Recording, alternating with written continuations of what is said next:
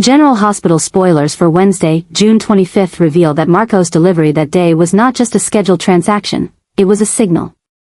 A subtle, deliberate shift in the balance of power that most people in Port Charles wouldn't even notice until it was too late.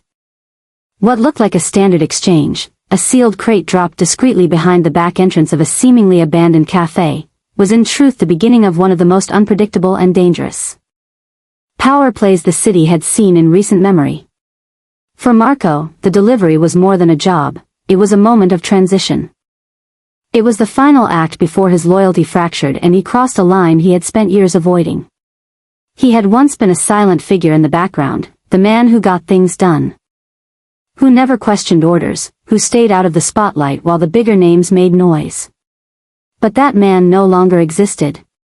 Now, every step Marco took, every glance, every breath, was infused with the mounting pressure of a single, inescapable reality. Sonny Corinthos was no longer the man Marco could follow, and if it came down to choosing between obedience and Natalia, Marco was prepared to burn everything to the ground. The tension between Sonny and Natalia had reached a dangerous peak. What began as flirtation, then manipulation, had spiraled into something far more volatile. Natalia, strong-willed and sharp, had been pulled into Sonny's world slowly, then all at once. Her presence had become regular at the Corinthos compound. And despite the seemingly protective gestures Sonny made, Marco could see the truth. Sonny was not keeping her close out of affection, he was keeping her contained. She had learned too much. She had seen too much. And Marco knew from years of watching Sonny operate that anyone who became too informed, too independent, too inconvenient, often disappeared, quietly, permanently. That fear gnawed at Marco. Because Natalia wasn't just anyone. She was his only remaining connection to a life before the darkness. The only person who reminded him of who he was, or could have been. And he would not let her be another ghost added to Sonny's long list of casualties. So when Marco made that delivery, he did so with a clear mind and a loaded heart. Inside the crate wasn't just a shipment, it was leverage. Information, resources, and tools gathered over weeks, some stolen, some earned, and all designed for one purpose. To strike when the time came. He had been building this arsenal slowly, right under Sonny's nose, pretending to be the same silent, loyal courier he'd always been. But in reality, Marco had transformed into something else entirely. A man with a plan. A man with motive. A man with nothing left to lose if Natalia was taken from him. He had tracked Sonny's movements. He had hacked into back channels of communications through connections in Brooklyn. He had watched Sonny grow reckless, paranoid, impulsive. And he knew it wouldn't be long before Sonny saw Natalia not as someone to charm, but someone to silence. Marco's mind replayed every moment that led to this point, the times Natalia called him in the middle of the night, confused and shaken after a strange interaction with Sonny. The subtle bruises she tried to hide. The whispered warnings she offered, always afraid someone might overhear. At first, Marco thought he could protect her from the inside. Watch, wait. Intercept threats before they reached her. But then he realized something far more sinister. The threat wasn't coming for Natalia. It was standing beside her. Sonny had begun using her as a pawn. Manipulating her presence to bait enemies, to provoke reactions, even to test Marco's loyalty. And Marco had played along just long enough to earn Sonny's false sense of security. But now, the game was over. The pressure that had been simmering beneath Marco's calm facade finally boiled over the moment he watched Sonny place his hand on Natalia's shoulder in a way that was just a little too possessive. A little too final. That was the moment Marco knew the clock had run out. He returned to his apartment, pulled out the dossier he had compiled in secret, and began writing the final pieces of his plan. Names. Dates. Escape routes. And at the center of it all, a detailed list of every known vulnerability in Sonny's current operation. Marco had memorized them all. He knew where the weak links were. He knew who could be bought, and who could be threatened. Most of all, He knew the one place Sonny believed no one would ever dare touch, his family. But Marco didn't want revenge. He didn't want Sonny's empire, or his power, or even his name tarnished in public. He wanted one thing only, Natalia safe. And if ensuring that meant taking Sonny down quietly and permanently, Marco would do it without hesitation. It wasn't murder. Not in Marco's mind. It was justice. Preemptive protection. Because he had seen too many people disappear.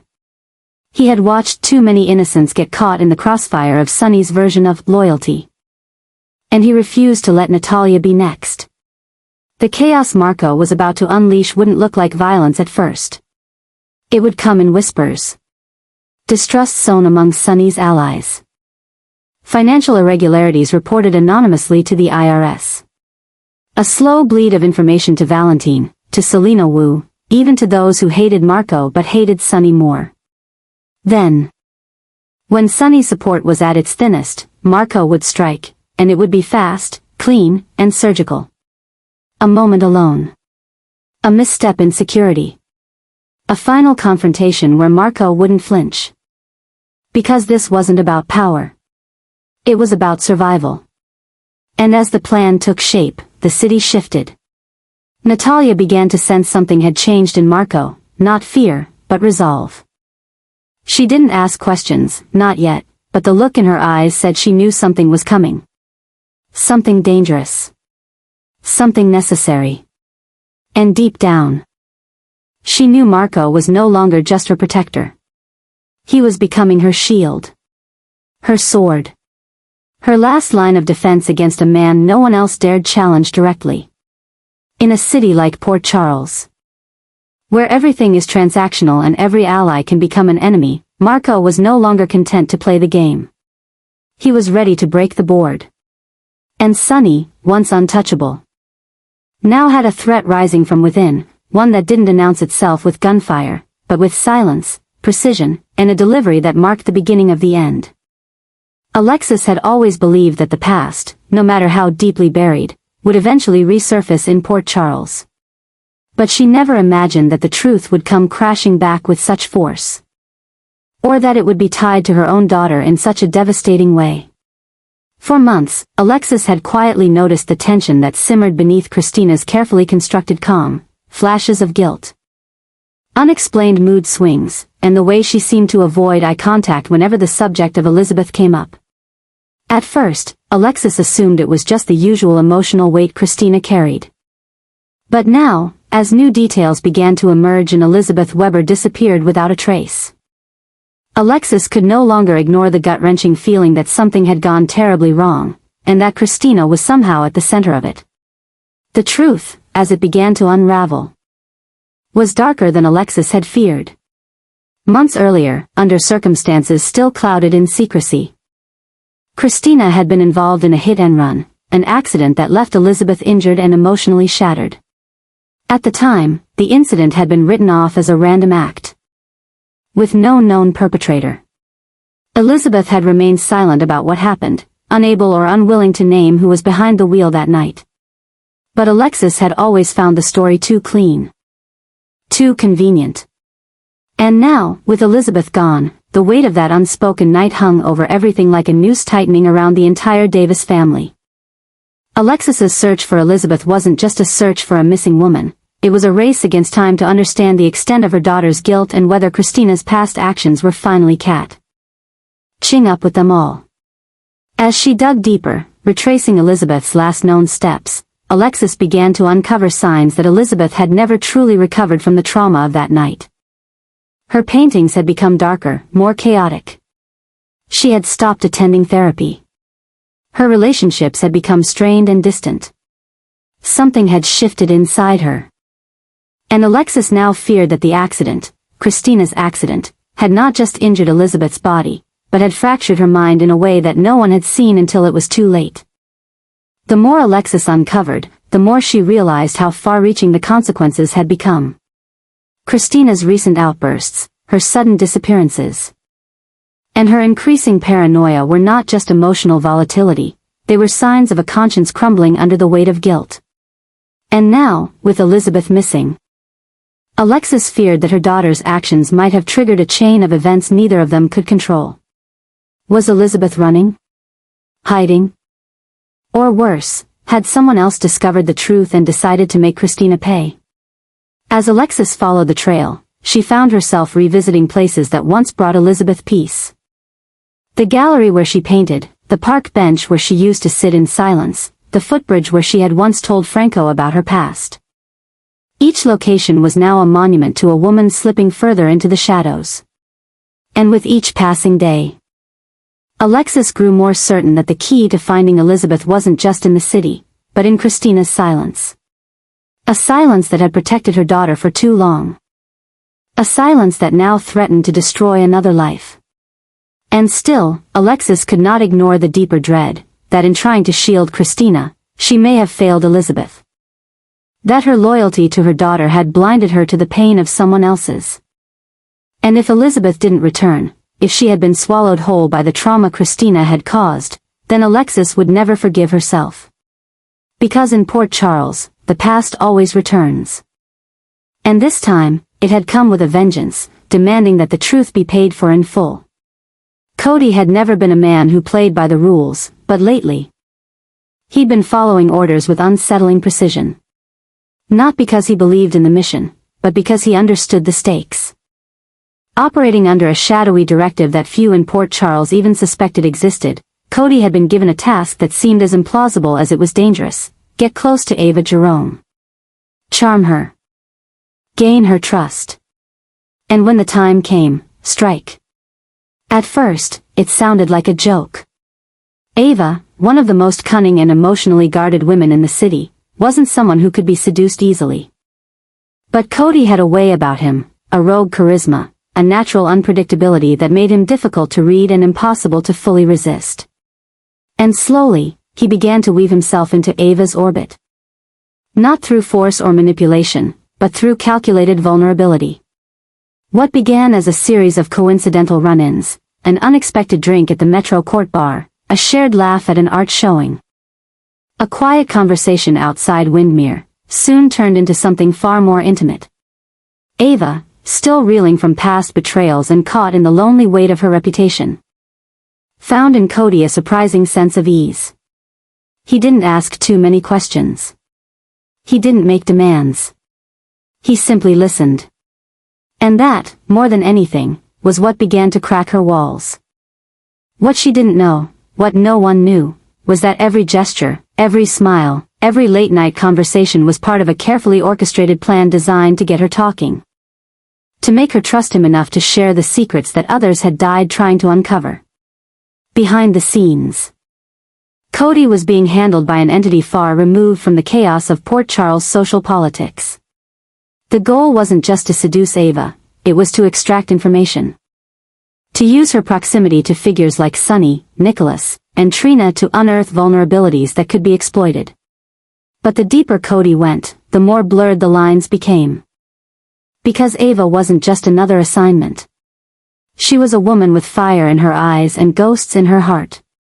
And as Cody saw the pieces of her unravel, as he watched her navigate grief, guilt, and power with a brutal kind of grace, something inside him shifted. What had started as control began to feel like connection. And that's when everything began to spiral. The first major shock came when Ava unexpectedly invited Cody into her home, an impulsive act she later dismissed as a moment of weakness, but one that changed the game entirely. It wasn't just access. It was trust. And Cody knew that crossing that threshold meant he could no longer pretend to be detached. Because he wasn't. He was starting to care. And caring, in his line of work, was the most dangerous move of all. As they grew closer, so did the tension around them. Trina, suspicious of Cody's sudden interest in Ava, began asking questions. Sonny, always aware of subtle power shifts, started taking note of Cody's movements. Even Dante, Cody's supposed friend, began to suspect that something beneath the surface had turned. But the biggest shock came when Ava stumbled across something she was never meant to see, a message on Cody's burner phone, encrypted but unmistakably damning. It was a directive, clear and cold. Report status. Secure target. Eliminate threat if necessary. The moment changed everything. Ava didn't confront Cody immediately. Instead, she played her own game. She let him believe the seduction was still working, that the connection was still real. And then, quietly, she began her own investigation. Because Ava had been manipulated before. She had trusted the wrong men before. But this time, she wasn't going to be the victim. She was going to be the one who turned the game upside down. Now, both of them are locked in a deadly dance. Each pretending not to know what the other knows, each waiting for the other to make the first move. And as the stakes rise and the lies begin to collapse under their own weight, Port Charles is about to witness one of the most explosive confrontations it has seen in years. Because when the truth finally surfaces, when Ava realizes just how deeply Cody has infiltrated her world, and when Cody is forced to choose between the mission and the woman he was supposed to destroy, everything will burn. This is no longer a seduction. This is a war.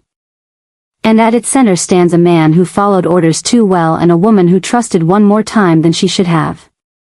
The fallout won't just destroy them, it will send shockwaves through every alliance, every secret, and every lie buried in the city. Because Cody and Ava's twisted collision course isn't just personal, it's the trigger for the next great reckoning in Port Charles. Dante and Brooke Lynn had always shared a complicated history, woven together by family, loss, and the quiet understanding of people who had lived through too much to pretend anymore.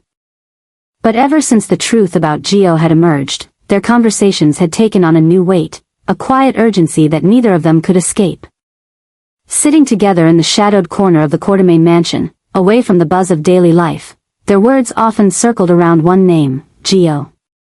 And with each exchange, with every moment of reflection, Dante began to see how deeply his absence had shaped the boy's life, and how much of Joe's pain mirrored his own.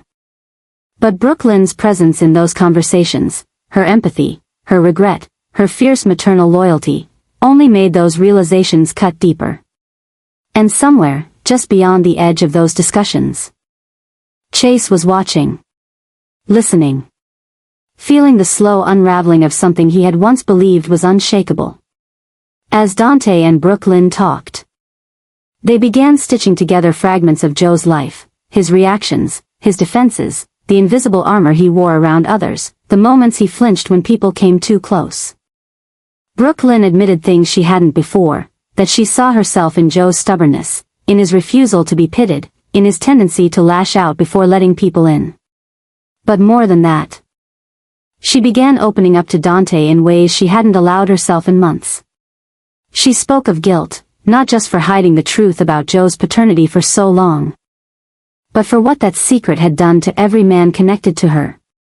Especially Chase. Dante, for his part, tried to keep the conversation focused on Joe's well-being. On how they could both show up for him in meaningful ways. But the deeper their talks went, the more honest they became. Brooke Lynn shared how Gio had started asking difficult questions, about why Dante had been missing, about what kind of man his father really was. About why it felt like the adults around him were always hiding things. Dante listened, and each word cut him open. He had never intended to abandon his son. He had believed Gio would be better off without him, that a life outside the storm of his badge and brokenness was the best gift he could give. But now he saw the damage that silence had caused. And Brooke Lynn saw it too. In those long, late conversations, their bond deepened. Not romantically, but in truth, which is often more dangerous. They began to rely on each other to process what came next for Gio. They began making decisions together. And in that newfound alliance, something began to shift in Chase. At first, it was subtle. He felt left out of discussions. Then dismissed. Then actively sidelined. It was as if the space he once occupied in Brooke Lynn's life was slowly being filled by Dante, not with affection, but with something more threatening, purpose. Brooke Lynn and Dante shared a child. And no matter how stable his relationship with Brooke Lynn had seemed before, Chase couldn't compete with blood. He couldn't undo history. And that realization began to fester. Chase started showing signs of a darkness that no one had expected from him. Jealousy, once carefully hidden behind his easygoing charm, began surfacing in sharper tones. He questioned Brooklyn more aggressively, resented her time with Dante, and recoiled every time Gio chose to speak to Dante instead of him.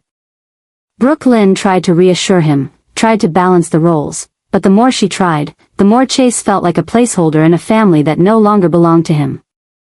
He saw the way Gio looked at Dante, not with love yet, but with curiosity, with a hunger for answers that Chase could never provide. And so Chase began to spiral. He took on more cases, worked longer hours, avoided coming home. When he did return, he was distant, quiet, cold. Brooklyn noticed, but couldn't reach him. Because by then, Chase wasn't just struggling with jealousy, he was struggling with the terrifying thought that he might lose everything. He had built his world around Brooklyn, around the hope of a family, around the dream that love could overcome anything. But now, the re-emergence of Dante in their lives, and the growing importance of Gio, had fractured that dream. And instead of trying to hold it together, Chase began pulling away, slipping into a version of himself he didn't recognize. Dante noticed the shift too. He tried to reach out, to reassure Chase that he wasn't trying to take his place, that there was enough space in Joe's life for both of them. But Chase didn't want to hear it. He couldn't accept that kind of peace. Not when everything he feared was coming true, piece by piece. The more Dante and Brooklyn bonded over Gio, the more Chase saw himself as the outsider in a family he thought was his. And in Port Charles, that kind of isolation can turn even the best men toward the darkest parts of themselves. Now, as the lines blur and the weight of truth grows heavier, the future of this tangled family hangs in the balance. Dante and Brooklyn continue trying to help Gio navigate the emotional minefield of his identity. But in doing so, they're also stirring the silent storm building within Chase. And if it continues, if Chase falls too far into the shadows of resentment and pain, the consequences will stretch far beyond this one family. Because in Port Charles, love is rarely just love, it's war, it's legacy, it's survival. And when those lines are crossed, no one walks away unchanged. Martin hadn't expected the letter. Delivered discreetly, with no signature but unmistakably written by Nina, it carried the weight of urgency and obsession. What unfolded in those carefully penned words wasn't just concern over Drew and Willow's upcoming wedding, it was a declaration of war. Nina wasn't simply opposing the union. She was determined to destroy it. Her motives, masked under the guise of maternal protection, were far more complex. She believed that Drew was manipulating Willow, using emotional vulnerability to secure a legally binding hold over her. And now, she was ready to take drastic steps to stop the ceremony from ever taking place. Martin read through the contents with growing unease. Nina had gathered alarming intel, financial inconsistencies in Drew's recent dealings, whispers of properties acquired in Willow's name, and private communications that hinted at control disguised as commitment. She believed Willow was being isolated, drawn deeper into a future orchestrated not by love, but by strategy. For Nina, this wedding wasn't a celebration, it was a calculated trap. Her fear had morphed into obsession. And that obsession had led her to involve Martin in a covert campaign to unravel the marriage before it began. What troubled Martin even more was that someone, likely acting on Nina's orders, had already filed for an injunction to delay the wedding, citing emotional coercion. The request had no name attached, but its language echoed Nina's exact concerns. This wasn't just interference. It was sabotage. And worse, it was unfolding behind closed doors, quietly and methodically, without Drew or Willow having the faintest idea. Willow, caught up in the illusion of stability, believed she was finally moving forward. She had fought for her children, tried to put Michael behind her, and found a new sense of peace with Drew. But she couldn't see the cracks forming beneath her. She couldn't see that Nina was working relentlessly to plant doubt, to manipulate perception, and to isolate her once again, but this time, from the man she had chosen. Drew had started to sense the tension. Nina's silence had grown too quiet. Her disapproval wasn't loud or emotional, it was surgical. And as Martin sat in his office, letters still trembling in his hands, he realized the truth. Nina wasn't just reacting. She was executing a plan. A precise, layered strategy designed to make Willow question everything: her love, her judgment, her future. Martin knew what was coming wasn't just a cancelled wedding, it was a psychological implosion. Nina believed she was saving Willow. But in doing so, she was willing to destroy everything in her path. And now, as the ceremony drew closer, the countdown wasn't toward a union, it was toward a reckoning. Because when Nina strikes, she doesn't stop until the foundation itself collapses.